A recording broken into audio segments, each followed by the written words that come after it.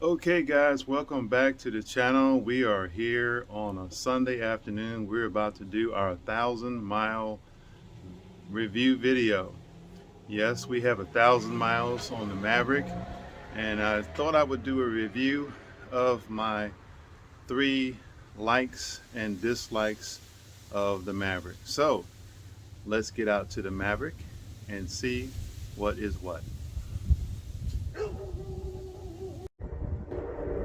Some of the things we like about the Maverick is our new magnetic, well, they're actually black, but they're reflective Maverick badging. Yeah, I'm loving the color. Some people love it. You either love the um, hot pepper metallic red or you hate it. Some lights it looks red, some light it looks kind of orangish, but I love it. Everybody seems to like it. And we have put on our bug guard, of course. If you follow the videos for accessories, we put on the front hood bug guard. We did the tonneau cover, which I'm loving it so far. And of course we did the inside. We did the WeatherTech mats. So just a few little mods to start off with. But those are not our likes or dislikes. So let's get into Maverick. Okay, everybody. Well, let's talk about the likes and dislikes of the Maverick.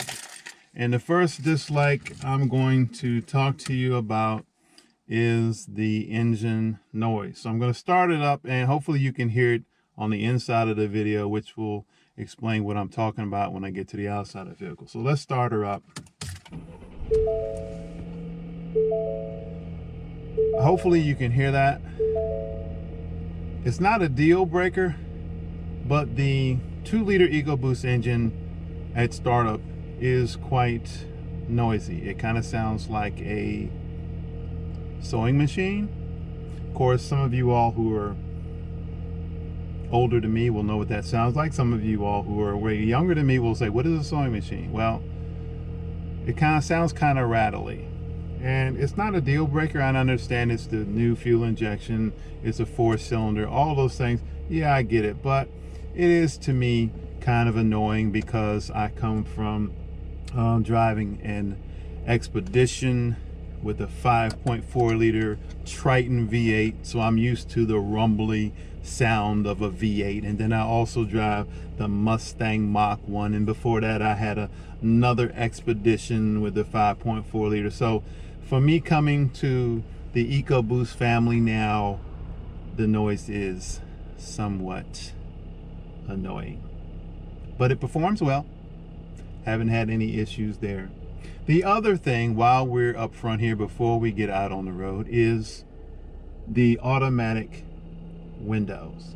Now, if I hit the automatic window, now, automatic. Woo! Loving it, loving it. Reminds me of my Expedition. But when I go to hit the automatic up, there is none. So, not a deal breaker, but I wish it would go up by itself. And that is the only window that does the automatic down, and none of the others do automatic anything. So, probably nitpicking. Yes, we have to do what we have to do to keep the price point down, but that's just a little nitpick for me.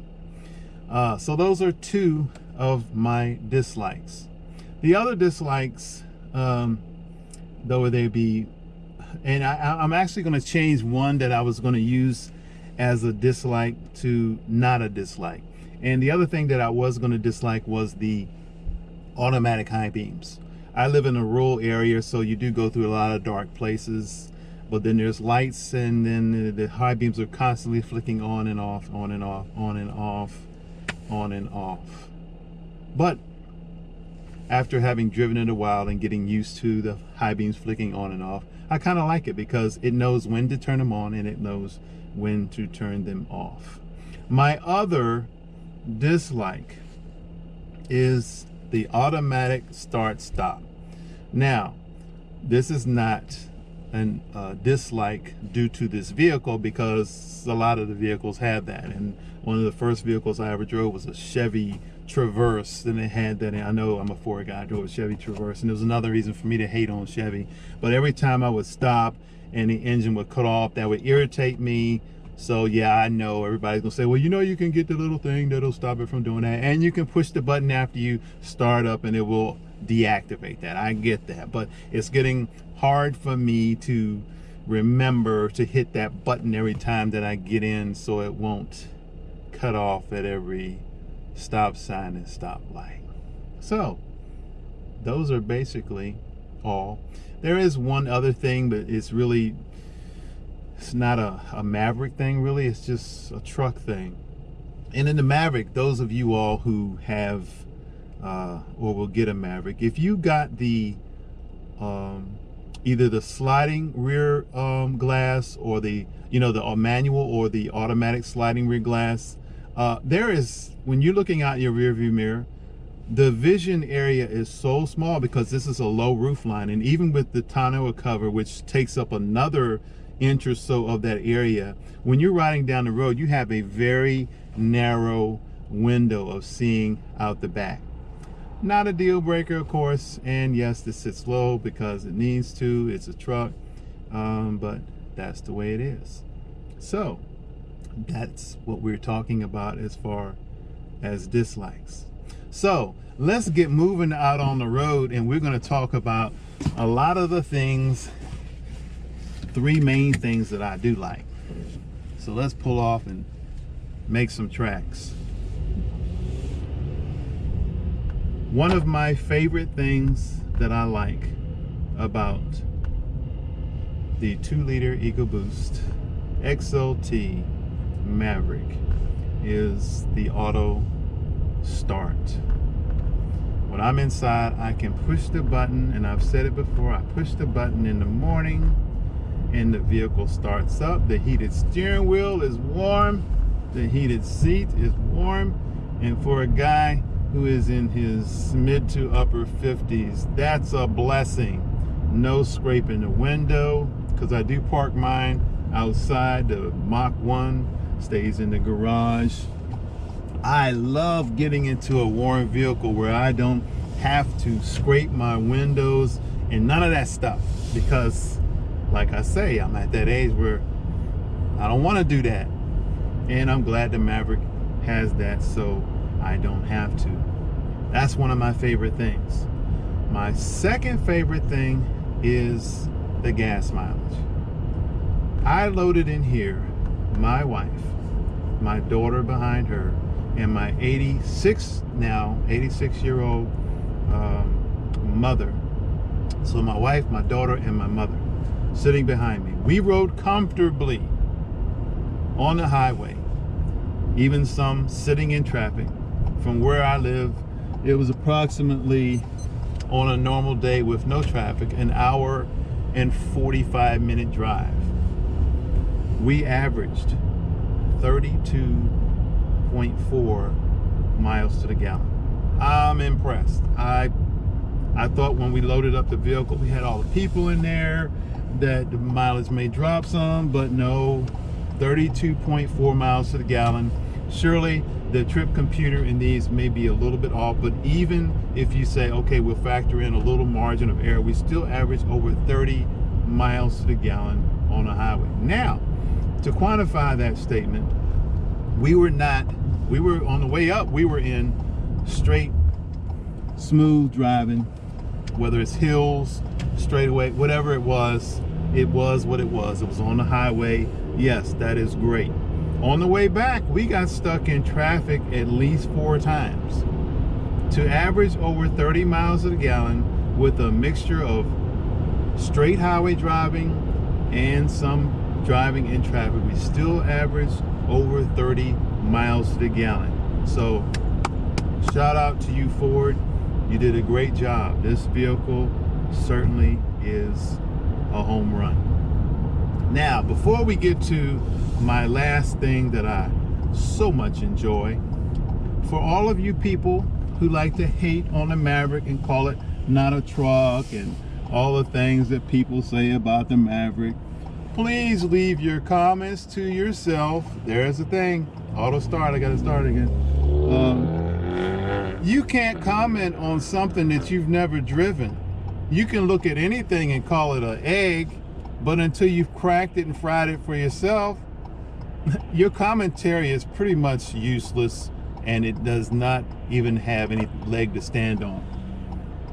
Now, if you go drive a Maverick, spend some time in a Maverick, as we who have Mavericks have done, then you will begin to understand and enjoy what it is. What is it? Is it a heavy duty truck that you're going to go out and go in rough terrain? It can do a lot of things, a lot of those things fairly well, but it's not made for that. I bought this as a daily driver that I can occasionally haul stuff in when I need to. And in that area of expertise, it is what it is. But for those people who constantly throwing out comments about the Maverick isn't this or that, stop hating and start appreciating. Get you one for yourself, then make a statement.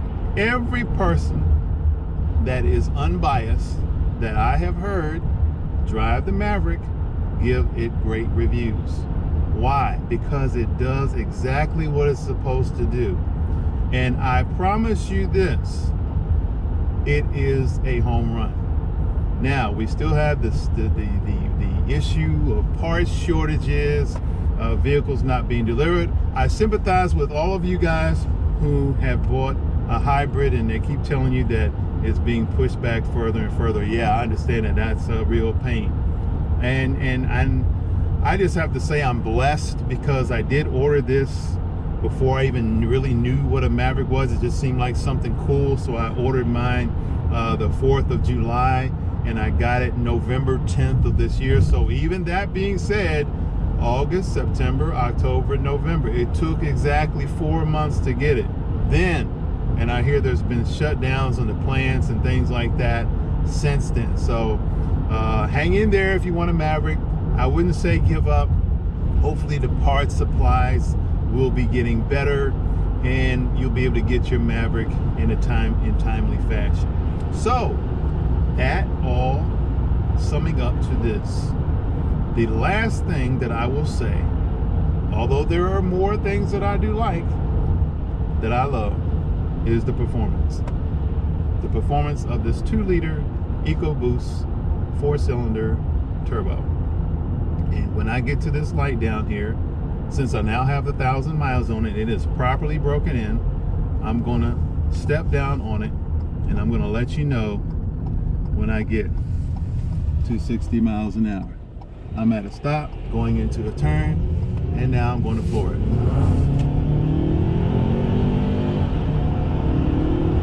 60, that quick. Actually, it's 63 miles an hour before I could look up and say 60. These vehicles are very, very peppy. I love that. I promise you, the expedition that I got out of would still be back there at the light trying to catch up. So yeah, that's great. I'm certainly excited about that. So I'm excited about the Maverick. I'm loving it. I'm not going to tell you things about the Maverick that are perfect, you know, because no vehicle is perfect. But I can tell you this, I am enjoying having this as my daily driver. It does what it's supposed to do. It does what I want it to do, and I'm satisfied with that. Now, the last thing that I'm going to talk about is high performance, because in my last video I did a review of the Maverick installation of a K&N air filter, and I'm not surprised that there are some folks who would ask, why a K&N air filter? I heard people say, well, it's not a high performance vehicle, what do you need with a K&N air filter? Well, I will tell you this is not my first rodeo. I have driven and had cars from turbocharged high performance vehicles, drag race only vehicles, road race vehicle type vehicles, trucks, cars, you name it, I've had it. I always use K&N filters because they flow great, period. They're also reusable. So even if you bought one and you say, well, I don't know if it needs all of that, by the time you buy a filter at whatever the increment is for changing the filter in a Maverick, by the time you buy 2 of those, you will have bought a K&N filter, which is washable and reusable. Now, for those of you guys who say, well, the Maverick isn't a high performance vehicle and you shouldn't put anything but a paper air filter, well, more power to you. Go ahead and do that. But a K&N filter, K&N filters itself have been proven to give more airflow. Now, I got one comment. Someone said that the Maverick is not a high performance vehicle, and if you get more air, and it's going to burn more gas. Wrong answer. I tell you what you do. Put on one of these masks, because you know it is a real thing now. You're supposed to be wearing masks if you haven't been shot. And maybe you should wear a mask anyway with all the things that are going out there. Put on a mask and run a mile with that joker completely wrapped around your nose and mouth. And you tell me how you make out. I'll leave myself unmasked and run you in that mile, and we'll see who gets there in the best shape. When you open up airflow or filtration, it's called volumetric efficiency. Better breathing in, better breathing out.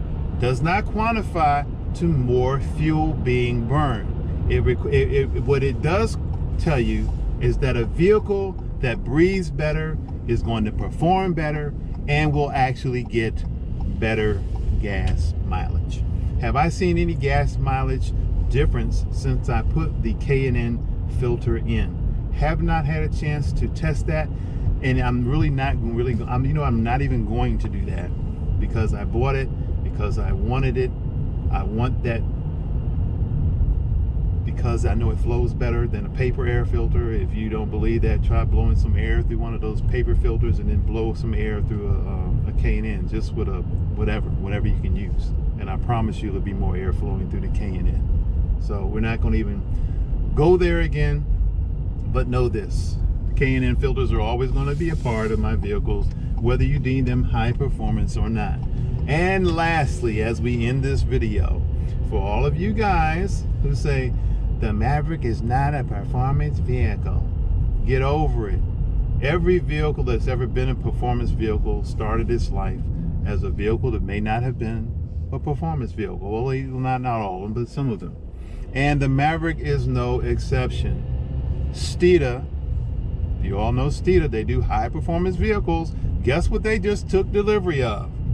A Maverick. They're going to do some high performance work. They may have air filters, everything from air filters to exhaust to wheel packages after a while. For the Maverick, because it is an affordable platform that can be made into a high performance style vehicle. Is it going to blow away a Mustang GT or a Hellcat Challenger or Charger? No, but we're not trying to do that. They're trying to make it so that those people who want to purchase one can have a conduit of things that they can do high performance wise if they should want to. Also, who else looked at it? Chip Foose. Chip Foose, check out his video. He does a video about the Ford Maverick, and he also does a rendering, which I was going to put in one of my videos, but I thought I might get copyrighted on that one, so I didn't.